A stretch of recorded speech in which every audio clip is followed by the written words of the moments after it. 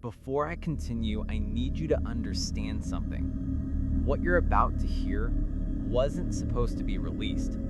Part 1 showed you the first layer of this case, the surface of what the missing FBI agent recorded. But Part 2, this is where the footage becomes darker, more unstable, and a lot harder to explain. When I opened the second batch of files, the timestamps didn't match. Some of the videos were out of order, like someone had tried to rearrange them. The audio was corrupted, the camera kept glitching, and there were frames, single frames, of a figure standing in the distance. If you slow it down, you notice it too. A man, not facing the camera, just standing there, completely still, like he was waiting for something. As I kept watching the footage, the agent's breathing changed. He sounded tired, scared, like he had already seen something he couldn't process. And now you're about to see exactly what he left behind, the part they tried to hide.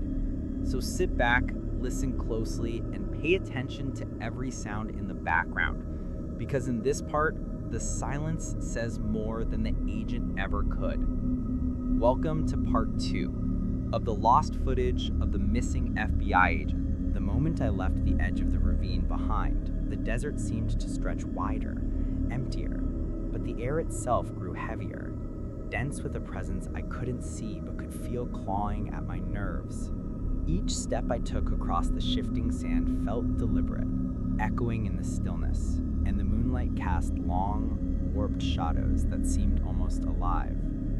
The deeper I moved toward the center of the clearing, the more I realized that this place wasn't just abandoned, it was waiting for someone to disturb its silence, waiting for someone to notice, waiting for me.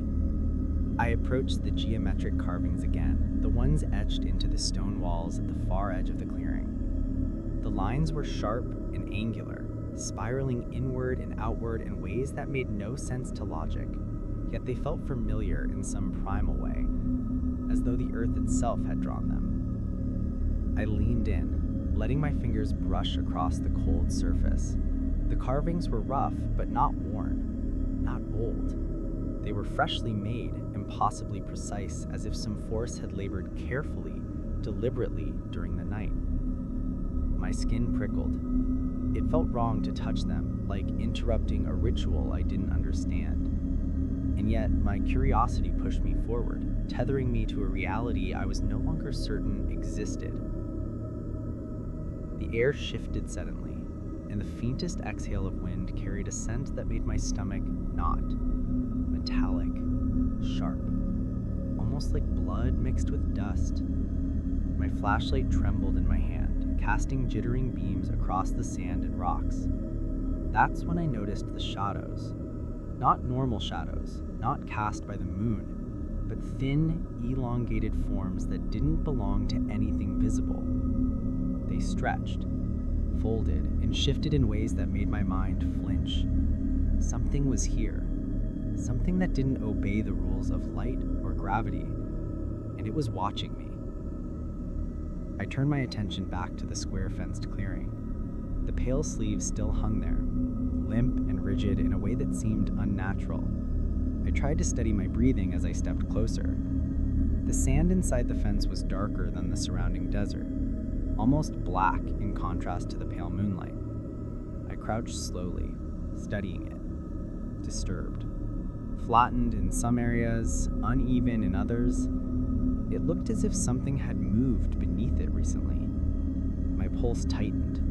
My mind screamed at me that I should leave, that I should run, that the ground itself was betraying me. But I stayed. I always stayed. A soft scrape behind me made me freeze. My flashlight swiveled instinctively, catching only rocks and sand. The wind had shifted. I could feel it now, pressing against the back of my neck, teasing my hair, whispering faintly, almost audibly. Then it came again, a whisper, not carried by the wind, not a trick of sound, but inside my mind, clear and deliberate. My name, drawn out, elongated, familiar yet wrong. It curled in the air, brushed against my thoughts, lingered in a place it shouldn't have been able to reach. I swallowed hard and took a step back. Nothing moved, nothing visible. The desert was still. And yet I could feel the weight of it, the presence pressing around me, patient, waiting, calculated. I shook my head, trying to convince myself it was fear, nothing more. But even in my own mind, the logic felt thin, almost laughably inadequate. Something out here knew I was alone. Something out here knew my name. I turned slowly, scanning the edges of the clearing with my flashlight. And that's when I noticed the footprints. Not mine. Deep, irregular, four-toed impressions in the sand, starting from the shadows of the ravine and curving into the moonlight. They weren't spaced evenly. They dragged, shifted, as if whatever made them had no ordinary gait, no ordinary weight distribution. My chest tightened. My hand shook slightly as I held the flashlight over them. Fresh, recent, deliberate. The footprints led to the edge of the pale square inside the fence and then stopped abruptly. I squinted, shining the light across the dark soil, but there was nothing there. And yet the sand continued to stir subtly, as if something beneath the surface was still moving. A vibration, faint at first, pulsed under my boots. My breath caught. The desert beneath me was alive. Not metaphorically, not in a poetic sense. Alive. I could feel it. Shifting. Watching. Waiting. I took another cautious step back, boots sinking slightly in the sand. The vibration grew stronger, rhythmically pulsing like a heartbeat. My fingers gripped the flashlight harder, knuckles whitening as I tried to steady myself. I whispered to the camera, voice low, trembling. Something's moving under the ground. I don't know what it is. The words felt ridiculous even as I spoke them. Nothing should exist here. Nothing should move beneath these sands. Nothing human. Nothing sane. Then came the dragging sound, a soft, deliberate, heavy scrape echoing beneath the surface of the earth. Not behind me, not in front, beneath. It vibrated up through my boots, my legs, through the very marrow of my bones. The pulse quickened with each heartbeat, as if the desert itself were drawing breath, stalking me. I forced myself to keep moving, each step measured, calculated, slow, trying to distance myself from the square, from the soil, from whatever lay beneath it. The whispers returned, faint at first, overlapping unintelligible murmurs that seemed to weave through the air itself. I froze again. They rose and fell, voices layered atop one another, sometimes pleading, sometimes mocking.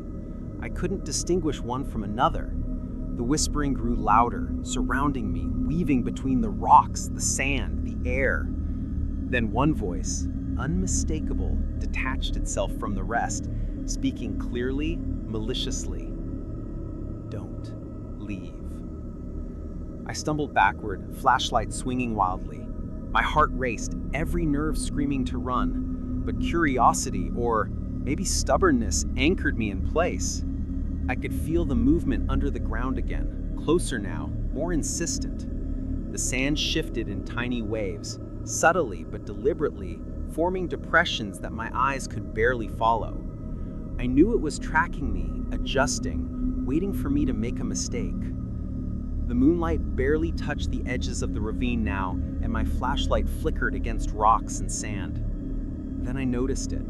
Shadows moving unnaturally along the far edge of the clearing, not cast by anything real, not tied to light or object. Elongated, stretching, curling as if alive, as if testing me, probing my reaction. My pulse slammed in my ears. I forced myself to breathe slowly, counting, grounding myself, reminding myself I was trained, that I had faced danger before. This wasn't ordinary danger. This wasn't predictable. This was beyond comprehension. I took a deliberate step forward toward the carvings again, heart hammering. The air thickened, fog rising in thin sheets around my boots. I crouched over one of the deeper grooves etched into the rock. It pulsed faintly, like the stone itself had rhythm, like it had a heartbeat. My hand hovered over it. My fingers tingled with static, like touching a live wire. And then the whisper came again, this time almost playful. You forgot. My stomach dropped. My mind raced. Something had been here, watching, waiting, and I had seen it, had touched it, had interrupted whatever ritual or containment this place represented. The whispers now grew louder, faster, overlapping, urgent. My pulse synchronized with their rhythm. I was being marked, acknowledged, noticed, and that realization terrified me more than anything. I stepped backward carefully, boots pressing into the sand, scanning the clearing, the fence, the shadows, the carvings. The dragging under the ground intensified. I could feel it vibrating through my legs, up into my chest. Every instinct screamed at me to run, to escape. I turned toward the path back, toward the faint outline of the ravine I had left. But the darkness seemed to stretch. The shadows lengthened unnaturally. I was trapped, hemmed in by the earth, the air, the night itself. And then the whispers coalesced into one final chilling phrase. You are part of it now. I stepped backward again, gripping the flashlight like a lifeline. The air around me seemed to thicken, oppressive, alive. My body screamed to flee, and I ran, boots pounding the sand, flashlight swinging, sand spraying, my chest heaving, breaths sharp and ragged. The dragging under the surface followed, relentless, precise. I dared not look back, not even once. Every shadow, every whisper, every pulse beneath the ground was focused on me, and I knew with certainty that it would not relent. I reached the edge of the clearing, where moonlight barely touched the desert floor, and slowed to catch my breath, heart hammering violently. The whispers faded slightly, the dragging subsiding but never disappearing. Something remained, patient, waiting for the next mistake, the next moment of hesitation. I spoke into the camera again, voice trembling, breath short, words almost lost to the night. I don't know if I'll make it back, but whatever this is, it's alive, and it knows I'm here.